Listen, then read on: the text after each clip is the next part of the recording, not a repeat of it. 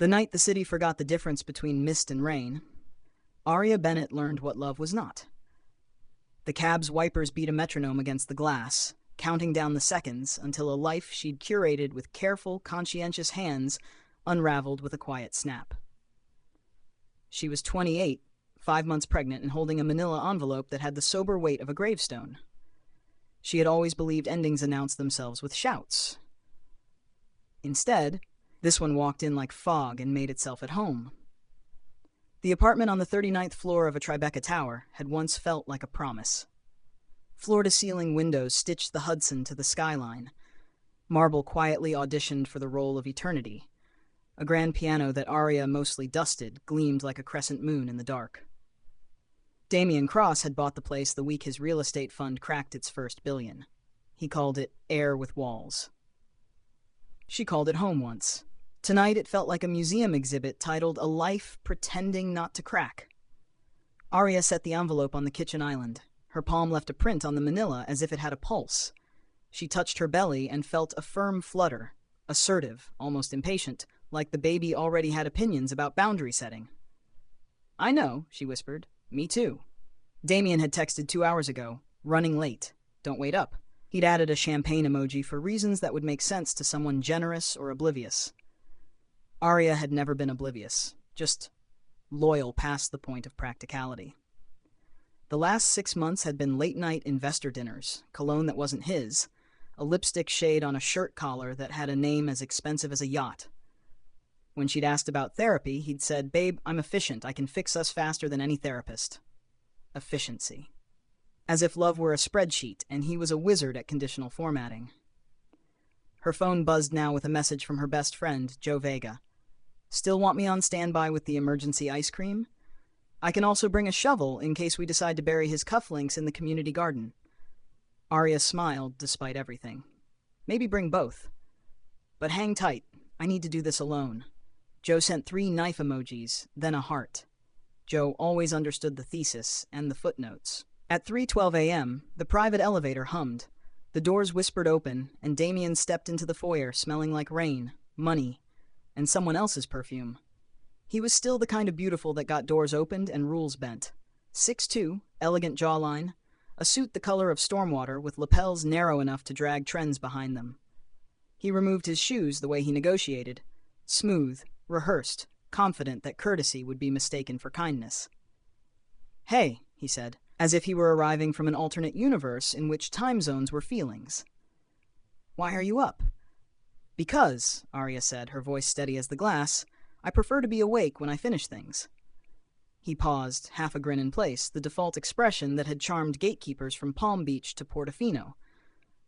"Finish? What?" She slid the envelope toward him. It stopped like a chess piece in check. The top page was a clean serif threat.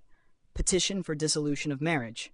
New names, new city, same story. His eyes flicked to the title, then to her. "Aria, come on, don't be dramatic." She almost laughed. He'd always said dramatic like it was an allergy she should carry an EpiPen for. The baby kicked again, 2 quick taps. She laid her palm over the swell. "Not dramatic," she said. "Decided." "What if we talk?" he said, voice gentle, then lower. "What if we recalibrate?" "I can." "Stop," Aria said, and the word had a shape. "You can stop telling me what we can do like you're picking a restaurant. I asked for honesty, for help, for therapy. You gave me investor dinners and a floral ghost on your collar." He looked away for half a second. It was enough to confess. 1,000 small moments lined up behind her like witnesses. The excuses, the cheerful lies, the way he looked through her as if she were a window and the world on the other side was a better use of his eyes. She wasn't going to argue herself into a new shape for him to admire. "This is my line," she said softly. "Our child doesn't inherit your chaos." He swallowed. "I don't want to lose you." "You already put me down," she said. "I'm just picking myself up." There wasn't a fight. There was no scene that would glow luridly in memory. He nodded once, like a man who discovered gravity at an inconvenient time. "Can I be at the appointments?" he asked. The question was small. The humility in it startled her. "We'll see," she said, because that was the honest answer between always and never. Text first. He walked to the window and stared out at a city pretending to sleep. He dropped his head, the tendons in his neck tight like cables. He stayed silent long enough for the air to solidify. "Damien," Arya said. "Look at me." He did. "I'm leaving in the morning. I'll be at Joe's. When I come back, it's to pack. If you need to say something true, say it to your lawyer." He nodded again. "I'm sorry," he said.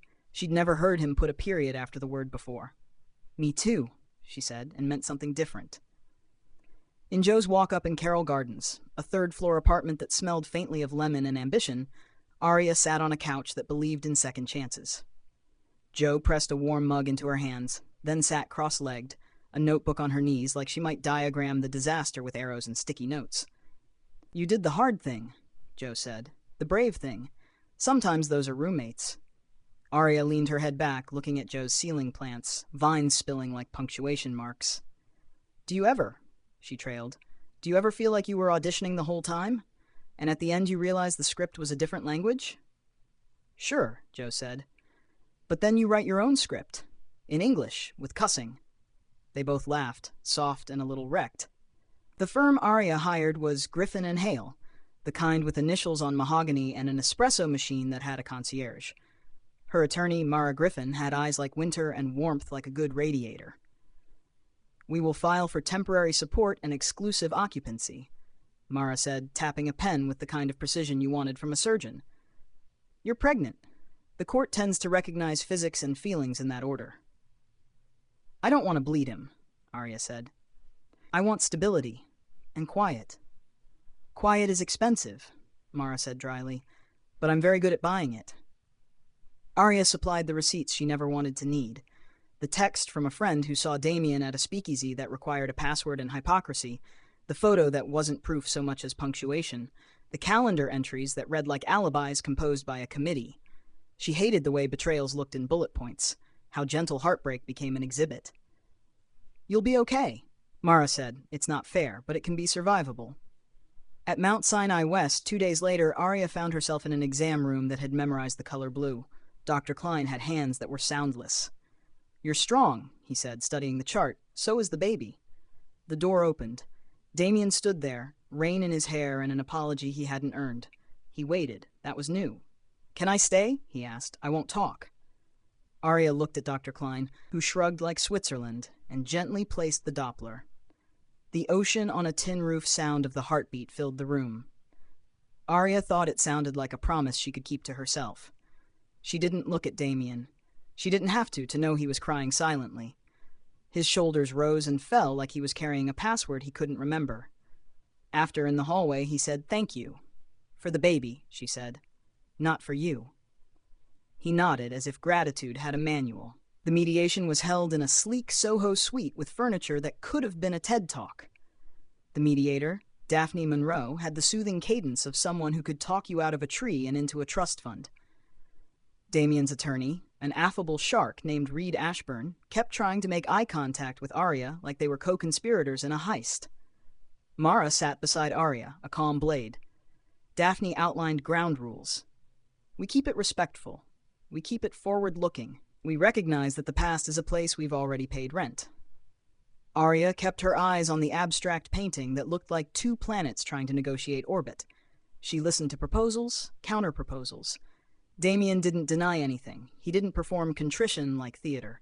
He said, "I'm sorry," more than once, without asking what it was worth. And somehow that made it worth exactly what it was, a human sentence, not a transaction.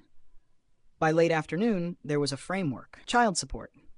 Temporary occupancy of the apartment for Arya until the baby's first birthday. A plan to sell the place afterward. Split proceeds. Joint legal custody. Primary residence with Arya until the baby was old enough to vote with his lunchbox. It wasn't perfect. Nothing drafted at a table full of professionals ever is. But it was a road that didn't loop back. In the elevator down, Arya leaned against mirrored steel and met her reflection with a steadier gaze than she remembered owning. She didn't look triumphant. She looked intact. Sometimes that is a bigger word. A week later, the hearing. Dignified wood and stale air. A judge who had seen so many versions of the same play he could quote lines in his sleep. He asked the necessary questions. They said the necessary yeses. Arya felt a tendon loosen in her chest she hadn't known was clenched. When the gavel fell, it made a sound she would later think of when her baby laughed for the first time, a strange, clean punctuation. After, in the corridor, Damien approached. For a second, they stood like actors after closing night, grateful, exhausted, aware they could never perform exactly that again. "If you need anything," he said. She held his gaze. "I'll ask," she lied gently. He nodded. They turned in opposite directions, and neither of them looked back at the exact same time. Life, being rude, didn't pause. Arya made a list titled Now. It had itemized tenderness, find a new place, pick a pediatrician, ask Joe to teach her to assemble a crib, because the last time Arya had used an Allen wrench, she'd mailed it back to Sweden. She toured apartments until they blurred into the same quartz countertop. She picked one that wasn't fancy but had morning light like soft applause.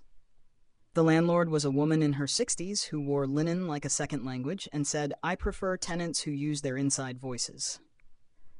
Arya said, "That's my specialty." On moving day, Joe arrived wearing cargo shorts and a cape made from a Brooklyn Cyclones towel. "I am here to channel my inner forklift," she declared. She also brought bagels, a label maker, and a playlist called You Got This, plus a few songs to cry to in the bathroom. They built the crib in a way that felt like a sacrament. When the final Allen screw slid into place, Joe wiped her brow and said, "If this falls apart, I'm blaming Scandinavian minimalism, not us." Arya laughed, then cried into Joe's shoulder, then laughed again. "I'm going to be okay," she said into cotton. "Yes," Joe said into Arya's hair. "And also phenomenal." The city got hotter, the kind of heat that feels like a dare. Arya walked at odd hours, the baby rolling like a tide pool. She learned the names of the baristas on her corner, and the dog that believed it was a philosopher. She learned that she could sleep alone and not be lonely. That dinner for one could be a party if the candle smelled like basil, and she played Etta James while chopping tomatoes. The grief came like weather. Sometimes a squall, sometimes a drizzle that made everything shinier. She let it wash and recede without apologizing to anyone for the puddles. Then the other story took off at 37,000 feet and turned the clouds into witnesses. Lila Sterling had practiced silence for most of her marriage to Victor Hale, a billionaire whose middle name might as well have been Headline. Leela had been the kind of brilliant that hides. She would be introduced as the brain behind the brand, and then quietly removed from frames where the light made decisions. She had a graduate degree in finance and a minor in reading rooms. She knew where the power sat and how it crossed its legs. On their 20th anniversary, Victor invited her on a surprise flight to somewhere that feels like gratitude. Lila wore a silk blouse the color of champagne and an expression that didn't drink. In seat 2B, she kept her hands folded like prayer, while across the aisle, Victor's laughter hugged the arm of a woman named Kira, whose dress made strangers forget their own names. Lila did not perform humiliation. She allowed it to attempt a monologue and then cut the mic. The intercom crackled. Passengers glanced up with mild annoyance, the way the rich react to oxygen reminders. The voice that came through was not the captain's. It was Lila's, recorded in a studio with the acoustics of inevitability. "If you're hearing this," it said, calm as arithmetic, "a transfer of control has been executed." She explained, succinctly, without adjectives, that the board of Hale International had voted to restructure leadership, and that certain privileges, like this aircraft, now belong to the Hale Foundation. There was a pause during which 1,000 silent equations solved themselves in Victor's eyes. He stood, then sat. Someone somewhere clapped once, like a gavel for truth. Lila did not look at him. She looked out the oval window as if altitude and agency were cousins. Arya saw the story on her phone a day later, a video in a news app she'd been trying to use responsibly. Lila's face, luminous and composed, filled the screen. She spoke not as a woman scorned, but as a CEO reading the minutes of her own rebirth. Arya watched the clip twice, then once more for the cadence. There was a new initiative mentioned at the end, the Ascent Project, dedicated to mentoring women who had done invisible labor and wanted to see their names in the credits. Joe sent the clip too, with the caption, "The audacity of correcting the narrative," and 16 clapping hands. A month passed like a measured exhale. Arya's life was a list of gentle urgencies. Sometimes she bumped into the old ache like furniture in the dark. Other times she forgot it entirely until a commercial featuring a townhouse catalyzed an eye roll so profound it converted to energy. Damien texted once a week, always versions of, "How are you? How's the baby? May I come to the ultrasound next Thursday?" She replied with logistics, not poetry. He came to appointments sometimes and sat small in the corner, as if contrition had made him timid. He brought apple slices once and a book about fatherhood with a dog-eared chapter titled The Art of Showing Up. Arya accepted the apple slices. She let him read aloud the paragraph about burping with such solemnity that she almost forgave him for insisting baby swaddles should be data-driven. Almost. On a Tuesday afternoon, her phone buzzed with a number she didn't recognize and a voice that had warmed the internet 3 million times in the last 2 weeks. "Arya Bennett?" Lila Sterling said. "This is going to sound intrusive. It's not meant to be. Someone forwarded a piece you wrote on Medium." Arya blinked. Months earlier, at 3 a.m., she had written an essay called "How to Stop Setting Yourself on Fire to Keep One Person Warm."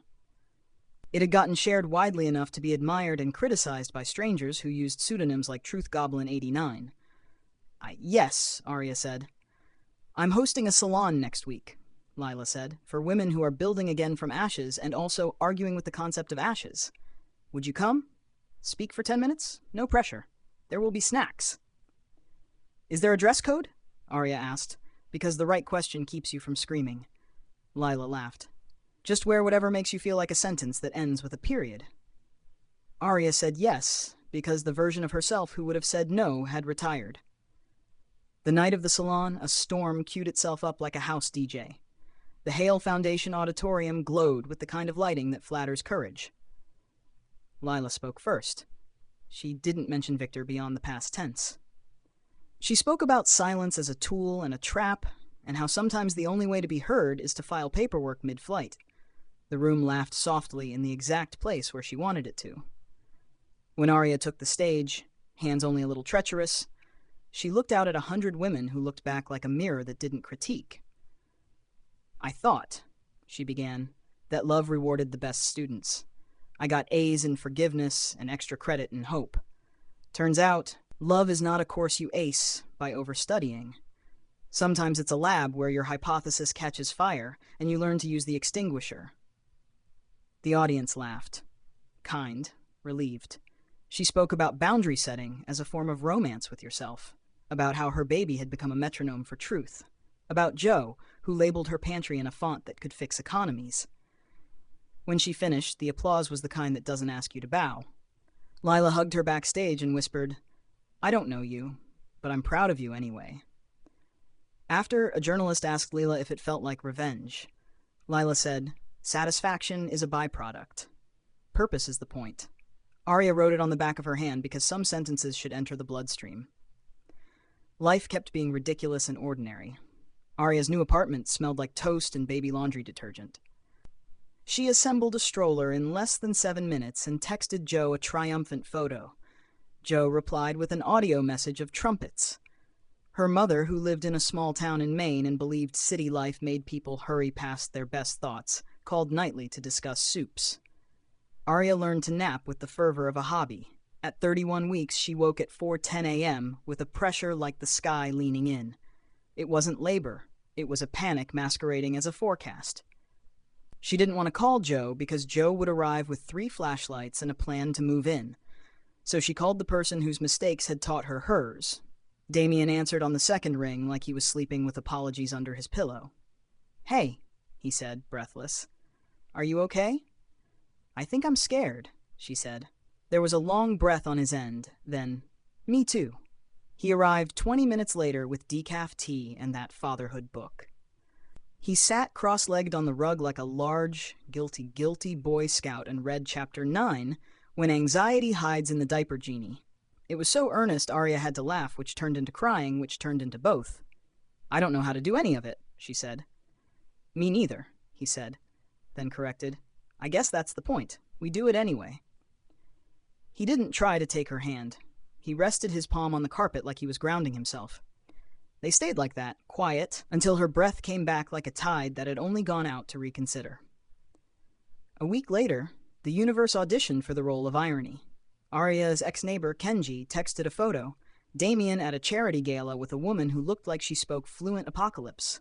The caption said, "This city has the memory of a goldfish." Arya felt a flicker of heat, then the old reflex to assign herself blame. She caught it, named it, and set it down like an item she didn't want to buy. She didn't text him about it. She didn't tell Joe. She watered her basil and whispered, "We deserve a boring person who loves us a lot." The basil didn't argue. Meanwhile, Lila ran her company with a hand like daylight. She restructured departments that had worshipped Victor out of habit. She promoted a woman named Margot to chief strategy officer after the woman solved a supply chain disaster with 3 phone calls and 1 very polite threat. The board asked if Lila wanted to issue a statement about closure. "Closure," Leila said, "is a word people use when they want you to stop talking about the thing that hurt you before they get uncomfortable." The board blinked. Then they stopped asking. Victor tried to call. He texted 3 times, then 2, then once. He showed up in the lobby of Hale Tower like a man who'd misread the invitation. He told security he only wanted to apologize. Security told him apologizing was not on the day's agenda. He waited anyway, small against the marble. Lila saw him on a monitor and felt something like pity's cousin. She rode the elevator down and met him in the private garden, where the lavender leaned into the evening. "I won't be long," he said, for once honest about duration if nothing else. "I just wanted to say thank you." "For what?" Leila asked. "For making me stop," he said. "I've never stopped unless someone made me." "You're welcome," she said, and the words did not contain forgiveness or cruelty, just weather. He told her Kyra had left. He said he felt empty. "That's a good sign," Lila said. "Now you can fill yourself with something besides applause." He laughed in a way that hurt. He said goodbye without asking to come back.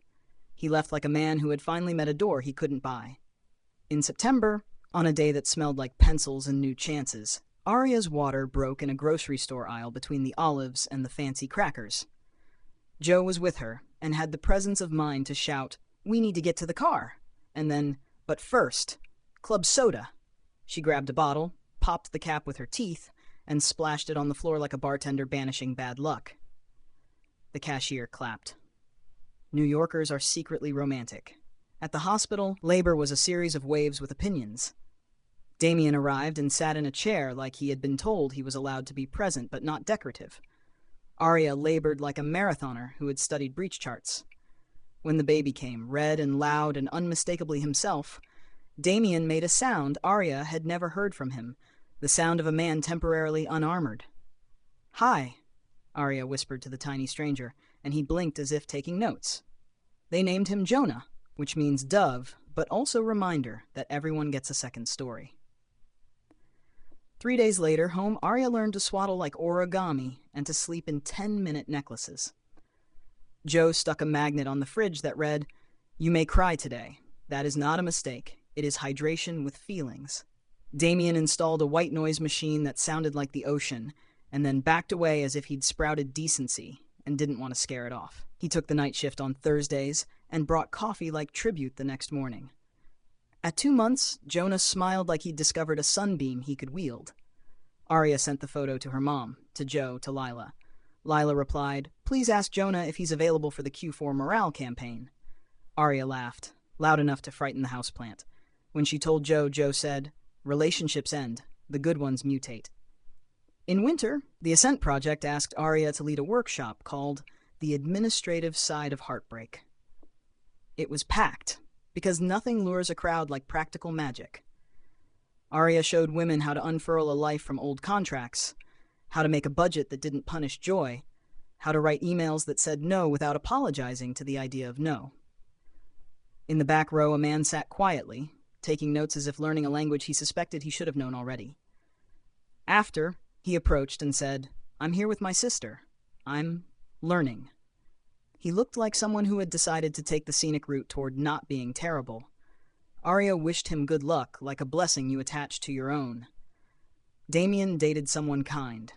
Arya didn't feel jealousy. She felt relief. She wanted Jonah's father to know how to love someone in straightforward sentences. They developed a rhythm that respected sleep schedules and introductions. When Damien slipped once, arrived late, and gave a speech that tried to be a reason, Arya said, "Stop. You can apologize without being the main character." He nodded, practiced, got better. Spring made the city smell like rain and warmed pretzels. Arya took Jonah to the park where toddlers reigned and parents negotiated treaties over sand toys. Lila met them there once, in sneakers and a cap that swallowed her fame. They sat on a bench while Jonah kicked at the concept of grass. "Do you ever miss it?" Arya asked without naming it. "Sometimes I miss being underestimated," Lila said. "It was easier to surprise people." Arya grinned. "You still do." That afternoon, a stranger with a camera approached and asked for a photo. Lila declined kindly. The stranger pouted and said, "But we stan you." Lila said, "Then stan my boundaries." The stranger blinked, then laughed, then left. Arya stored the sentence for later use. In June, Joe fell in love with a woman who wrote grant proposals like sonnets. Their dates were a riot of bookshops and dumplings. Joe was so happy she kept forgetting to be ironic. "I am unwell," she said, beaming. "I have feelings in my upper chest cavity." Arya babysat Joe's puppy during date nights. The puppy was a chaotic poet. Jonah adored him with the kind of devotion that turns into nouns. On a Tuesday that belonged to no one, Arya found an old playlist Damien had made for a road trip 2 years earlier. She expected to feel a bruise.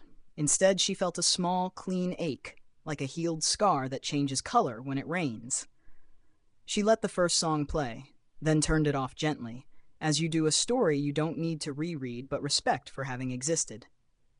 The following week, a reporter reached out to Arya for a piece on women rebuilding without making revenge their religion. "What would you tell someone who's still inside the storm?" the reporter asked. Arya thought of the night in Tribeca, the heart sound in a blue room, the club soda in the grocery aisle, the white noise ocean, the basil plant, the judge's gavel, the workshop, Lila's laugh, Joe's cape. "You don't have to be fearless," she said. "You just have to be faithful. To yourself. Fear can come along for the ride, it just doesn't get to drive." That evening, after Jonah fell asleep like a dramatic conclusion, Arya stood by her window, watching the river practice being a metaphor. The city hummed. Somewhere, Damien was learning. Somewhere, Lila was planning Phase 2 and 3, and a world in which the lights stayed on for more people. Somewhere, Joe was dancing in a kitchen with the kind of joy that fogs windows. Arya pressed her palm to the glass and felt the cool through everything. She whispered, "We're okay," and believed it into the next moment. In August, Lila invited Arya to speak at the Ascent Summit in Chicago, at the top of a tower that used to belong to a man who believed towers meant anything. The elevator rose with the self-importance of old wealth. The doors opened onto a garden on the roof that smelled like jasmines, learning their names. Lila walked the perimeter with Arya and said, "I think about how many women did the work and got the credit line, supportive." We are changing the captions. Arya delivered a talk that wasn't about triumph. It was about maintenance. She quoted a poet without attribution because the poet had taken her life back by refusing to be citational for men who Googled badly. People laughed in the places where you laugh because the alternative is panic. After a woman in her 60s with a biography you could shelve under legend said, "No one told me I was allowed to leave. Thank you for writing it down." Arya cried in the hotel bathroom, with the kind of relief that belongs in museums. In the fall, Jonah began to say mama like a declaration and dog like a philosophy. He toddled, then wobbled, then ran like a small poet with a deadline. Arya watched him sleep and felt a gratitude that made her hands shake. She didn't pray in any formal way, but she thanked the ceiling, the paint, the poor plant she kept forgetting to water, the city that had tried to break her into a better shape and failed. She had shaped herself. One afternoon, while Jonah napped and the apartment held the kind of silence that feels expensive, Arya opened a blank document. She didn't know yet if it was a book or a letter to the women she would never meet. She typed, "Sometimes the bravest thing you do is stop auditioning for a role you already play beautifully when you're alone." She stared at the sentence. She let it breathe. Then she wrote another. There would be holidays to navigate and new mistakes to make, and apologies to teach. There would be days when she wanted to move to a town where nobody had heard of personal brands. There would be nights when she wished someone would just hold the baby while she showered for an hour and remembered she had shoulders. There would be joy so precise it felt like surgery. Her phone buzzed with a photo Damien had taken. Jonah on his shoulders, both of them grinning like a lesson. "We're at the aquarium," Damien wrote. "He thinks the octopus is 8 separate friends." Arya smiled until her face ached. "Tell him he's not wrong," she typed. Then, "Thank you for the picture." There were some sentences you learned to mean eventually. Later, she took Jonah to the pier to watch the sunset audition for usefulness. He clapped like a critic. She lifted him high and felt the kind of strength that has nothing to do with muscles. Her phone buzzed again, a text from Lila, a photo of a conference room where a new policy had just been signed. Paid leave, extended. It took 12 meetings and a threat to cut off the espresso. But we did it. Arya sent back a string of dove emojis. Lila replied with a period. Sometimes the best reply is punctuation. The wind shifted. Water slapped the board softly. A ferry hummed past, heavy with commuters and second chances. Arya kissed Jonah's forehead and whispered a blessing she wouldn't remember later, only the warmth of saying it. They walked home through a city that had always asked for more, and finally, was learning to give some back. By winter, the city was a mirror.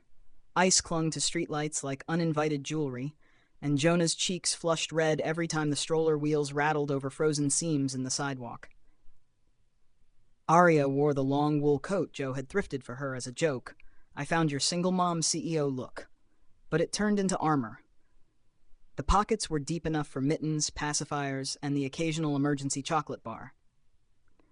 One morning, while Jonah babbled at pigeons with the conviction of a professor, Arya checked her email.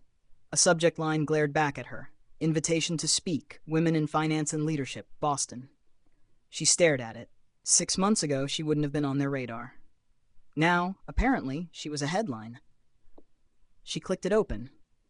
The conference wanted her to talk about rebuilding after collapse, narratives of resilience. It sounded like they were asking her to show her scars under a spotlight, then clap politely. That evening, she called Lila. "You should do it," Lila said without hesitation. "I don't want to be their trauma exhibit," Arya replied. "Then don't," Lila said. "Make it your syllabus. Teach them. Use their stage to tell your version. That's what I did mid-flight, remember? The difference between humiliation and revolution is usually the microphone." Arya laughed, the kind that ends in a sigh. "You make it sound easy." "It isn't," Lila said softly, "but it's necessary." The Boston trip turned out to be an odyssey of logistics. Joe volunteered as Jonah's travel nanny. "I've got enough snacks to feed an army of toddlers," and insisted on wearing a blazer just to heckle the patriarchy from the audience. The hotel crib collapsed once before standing correctly. Jonah found the minibar pretzels and declared war on the carpet. When Arya took the stage, the room was lined with polished professionals who smelled like ambition and hotel coffee. She told the story of leaving, but not the way tabloids did. She described the legal process like crossing a desert with only paperwork for shade. She wove in humor, how she'd learned to swaddle from YouTube, how Joe's cape was the unofficial family crest, how Jonah once mistook the Roomba for a pet. The audience laughed in the places she gave them permission to, then grew quiet when she said, "Resilience is not about standing up after you've been knocked down. It's about realizing you were never supposed to stay on that floor in the first place." When she stepped off stage, the applause was thick, almost reverent. A woman in the front row, mid-50s, grabbed her hand and whispered, "I filed my papers last week. You made me feel less alone." Meanwhile, Leela was orchestrating something bigger than boardrooms. The Ascent Project was gaining traction, pulling in venture capital, nonprofit grants, and celebrity endorsements that made the morning shows swoon. She called Arya late one night, her voice buzzing with the adrenaline of someone who hadn't slept but didn't need to. "We're opening chapters in 5 cities, Lila said. "New York, Chicago, Seattle, Austin, and," she paused for drama, "London." "London?" Arya laughed. "So we're international heartbreak ambassadors now?" "Global voices," Leila corrected. "The more we scale, the harder it is for them to ignore us." But not all storms were public. Damien showed up one Saturday morning with Jonah's favorite stuffed fox, which Jonah had forgotten at his apartment. Arya met him at the door, Jonah clapping furiously at the sight of his reclaimed toy. For a moment, the three of them stood in the threshold like a family portrait that never got taken. "Do you want to come in?" Arya asked, surprising herself. He shook his head. "Not today. Just wanted to drop this off." His eyes lingered on Jonah, then flicked to her. "You're doing amazing, Arya, really." She nodded, unsure whether to accept or deflect. "Thanks." He hesitated. "I'm not asking for another chance. I know that's gone. I want to be someone Jonah can be proud of." Arya looked at him then, really looked. He wasn't the Damien who strutted into penthouses with champagne confidence. He was tired, humble, a little broken, but in a way that looked like honesty. "Then keep showing up," she said. "That's all pride needs." Spring arrived with a vengeance. Cherry blossoms on every corner, pollen like confetti, and the strange optimism that comes with longer days. Jo announced her engagement to her grant-writing girlfriend, throwing a rooftop party where the playlist alternated between Lizzo and Sinatra. Jonah danced in a circle of toddlers until he collapsed on a beanbag, giggling into exhaustion. Arya, glass of seltzer in hand, looked around the roof, at Joe's joy, at the skyline glowing pink, at Jonah's small body curled like punctuation, and felt something she hadn't in years. Contentment without condition. She whispered to herself, "We're building again." And she believed it. By summer, the Ascent Project had launched its first international summit. Arya flew to London with Jonah in tow, this time joined by a full support team Lila insisted on, 2 nannies, a PR coordinator, and a stylist who declared Jonah's baby sneakers iconic. Standing on stage at the Barbican, with Jonah's coos occasionally punctuating her sentences from the audience, Arya delivered a talk that ended with, "Love can end. Marriage can break. But dignity is renewable energy.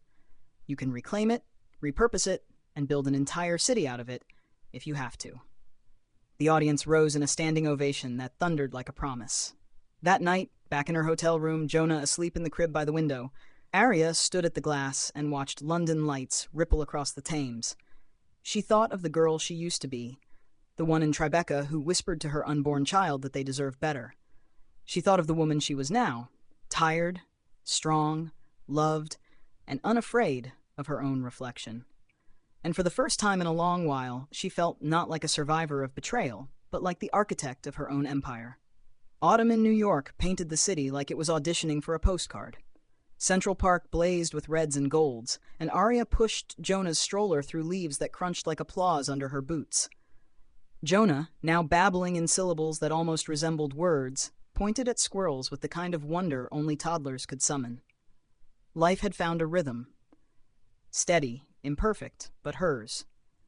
Morning routines with Jonah, afternoons consulting for startups that wanted her insight on resilience branding, evenings spent with Jo and her fiancé debating wedding playlists over Thai takeout.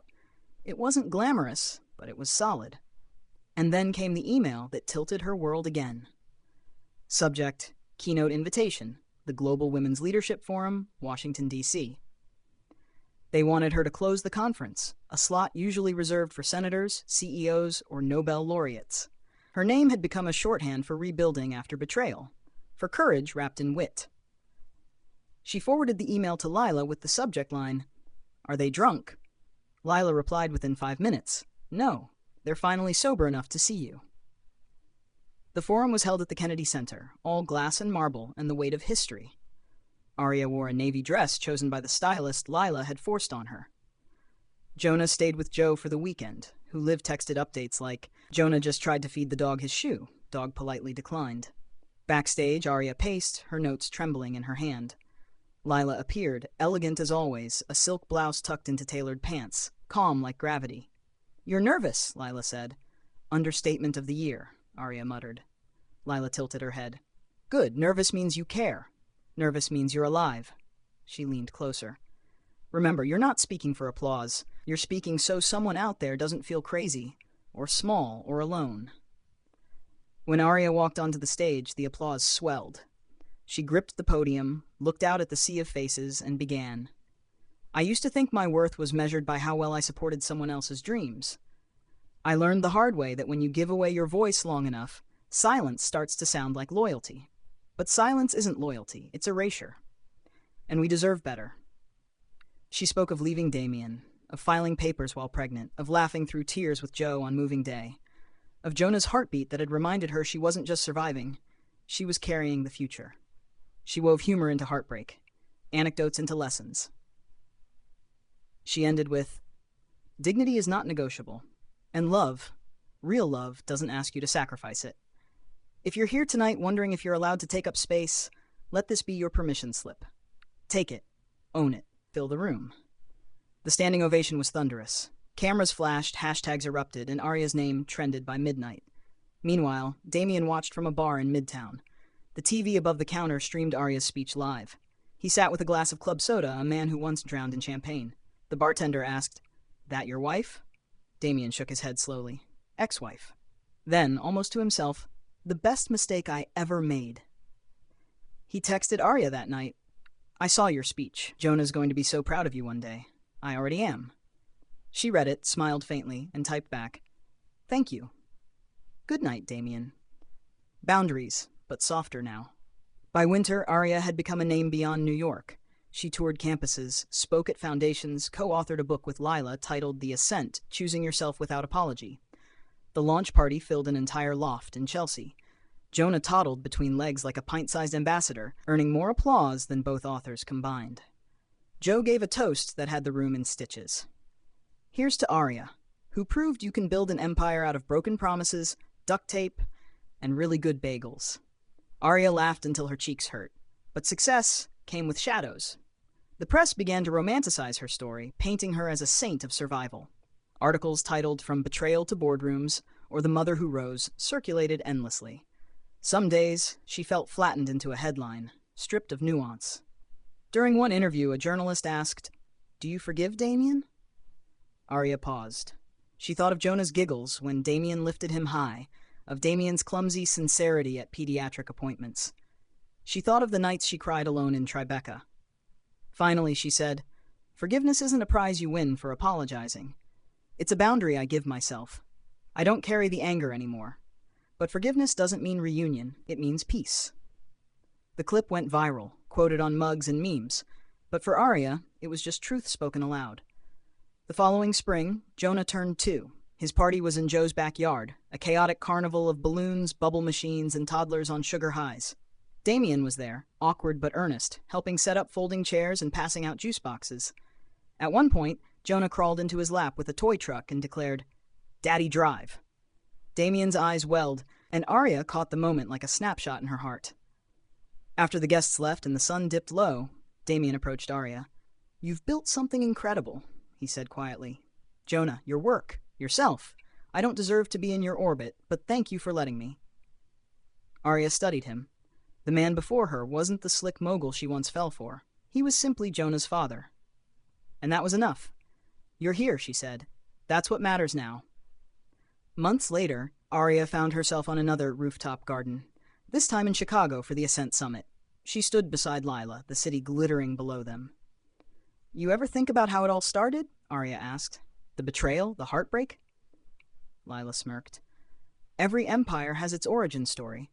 Ours just happened to include bad men and better lawyers." They clinked glasses of sparkling water, laughter mingling with the night air.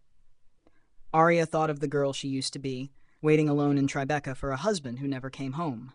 She thought of the woman she was now, standing on rooftops with allies, with Jonah asleep safe below, with her name spoken in rooms that once ignored her. She exhaled, steady and sure. The story had begun with loss, but it was ending with possibility. And Arya Bennett, once silenced, now unshakable, was only just getting started. Summer came on like a song everyone already knew the words to. In the mornings, Arya opened every window until the apartment breathed. Jonah, now 2.5 and passionately opinionated about socks, insisted on picking his own. Some days he chose dinosaurs, other days he chose none because toes. And Arya bargained like a diplomat on live TV. The basil on the sill, a veteran of emotional weather, thrived. The Ascent Project outgrew boardrooms and hashtags. It became buildings. Lila signed a lease on a sunlit space in Midtown with windows that looked like opportunities and halls wide enough for ambition. The day the keys changed hands, she pressed one into Arya's palm. "You'll need this for the nights we save the world," she said. "Or the nights we scream into a pillow." "I'll label the pillow," Arya said. Joe has a label maker. Of course, Joe did. She had also set a wedding date, the first Saturday in October, a garden ceremony under string lights and a sky that would, if it loved them at all, withhold rain out of respect. Her fiancé, Tamsin, looked at Joe the way a person looks at a fireplace they built themselves. When Joe asked Arya to officiate, Arya pretended to faint onto the couch and then cried into a dish towel. "I will marry you so hard," she said, legally speaking. Everything was a ladder up until, as ladders do, one rung cracked. It began with an article. Not a tabloid blast, but a long, careful piece in a respected business magazine that had the tone of a concerned aunt. The headline was reasonable enough, "Can the ascent scale?" But buried in the middle was a paragraph that landed like a bruise. It suggested that Lila's mid-flight coup had blurred ethical norms, implying donors might be wary of a leader who weaponizes spectacle. It lifted quotes from Victor's camp that sounded like a vintage grievance reheated for modern outrage. The board called an emergency meeting. Emails multiplied like worry. Lila read the article once, slowly, then again, faster, then printed it like evidence so she could mark it up with a red pen, only she could wield without it looking theatrical. "Is this a fire?" Arya asked, standing in Lila's office doorway, a mug between her hands like a peace offering. "It's smoke," Lila said. "But you know how rooms are." "We open windows," Arya said. They did. They crafted a response that wasn't a clapback so much as a syllabus. Transparent, unafraid, calm. They published the budget, the governance structure, the conflicts policy, the parts most orgs locked in cabinets. They wrote, "Spectacle is noise. Accountability is music," and then moved on, because women rarely had the luxury of lingering where they'd been misunderstood. Donors called to say they appreciated the sunlight. The next news cycle skittered away like a startled pigeon. Life, faithful to its bit, offered an immediate counterplot. Joe's mother broke her wrist 2 days before the wedding. Joe, who had been barreling toward the big day with the energy of a glitter cannon, called Arya, whisper screaming from the ER. "She tripped over a cat that isn't ours!" It was a decoy cat. Arya arrived with snacks, chargers, 3 kinds of lotion no one asked for, and the voice she used at 3 a.m. when Jonah woke up convinced shadows wanted a word. They passed the hours naming the ER plants. This one is Jeffrey, because he's struggling but trying.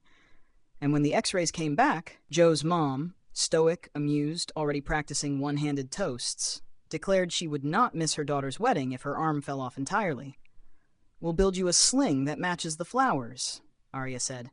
"We contain multitudes in double-sided tape." The wedding was perfect in the way imperfect things are. The efficient speech Arya wrote made strangers cry and even made the DJ dab his eyes and whisper, "I was not prepared." Joe's mother threw confetti with one hand and, by accident, beamed a cousin in the forehead. Tamsin's vows included a footnote.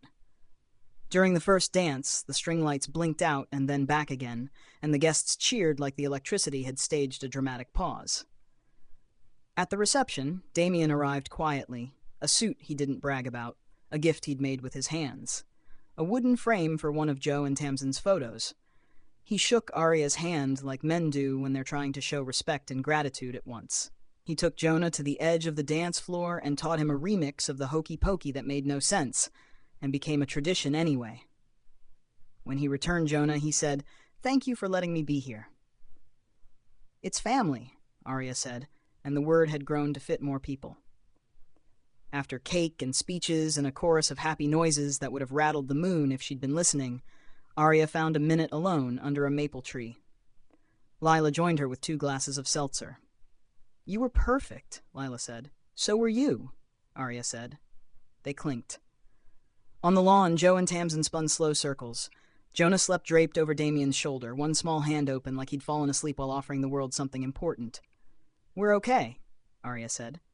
"We're better," Lila said. The year tumbled forward. Ascent opened its doors to cohorts of women who arrived with resumes and roadmaps and griefs sturdy as furniture. Arya built a curriculum called Administrative Alchemy, which was essentially a masterclass on turning paperwork into power.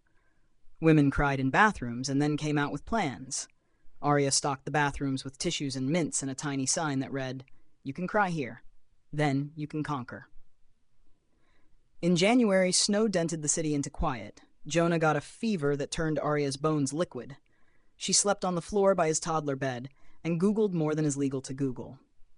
Damien took the 2 a.m. shift, counted breaths, sang off-key lullabies that convinced Jonah to relax out of sheer dramatic protest. In the morning, the fever broke like a bad contract.